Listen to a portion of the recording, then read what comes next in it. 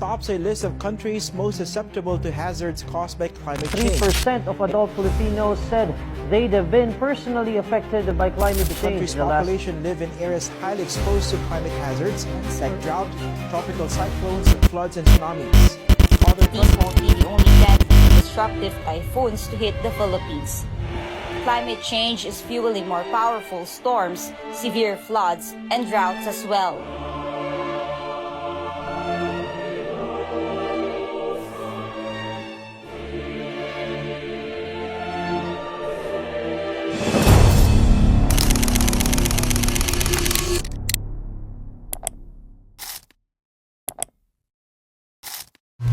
Tahimik man ang kalikasan, nagsasalita ito sa pamamagitan ng kanyang pagkasira. Ang mga ilog na minsang malinaw ay ngayoy puno ng basura. Ang hangin ay mabigat na at puno ng usok. Ang mundo ay umiiyak, pero nakikinig ba tayo?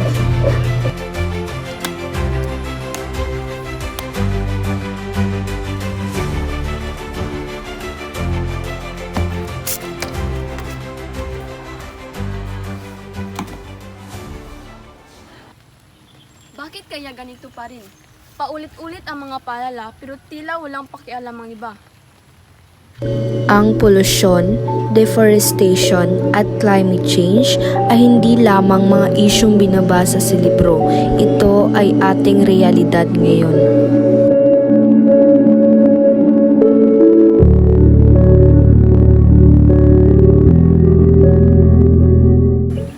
Ayon sa datos ng DENR, nasa 61,000 tonelada ng basura ang nalilikha sa Pilipinas kada araw.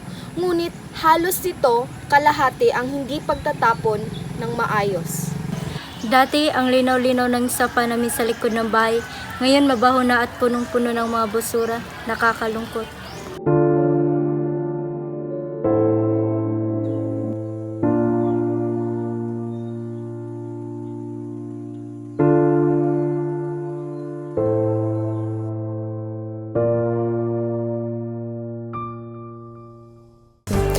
Hindi pa huli ang lahat. Sa simpleng paraan may magagawa tayo. Simulan sa bahay, mag-segregate ng basura. Maliit man, malaki ang epekto.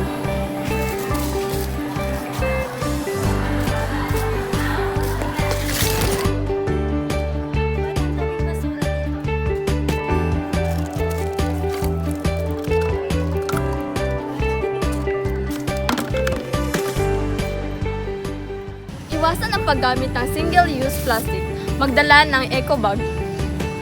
Sumali sa cleanup drive, magtanim ng halaman, ibalik ang sigla ng kalikasan.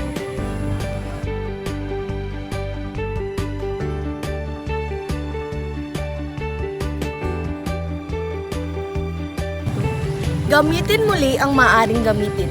Reuse, reduce, at recycle.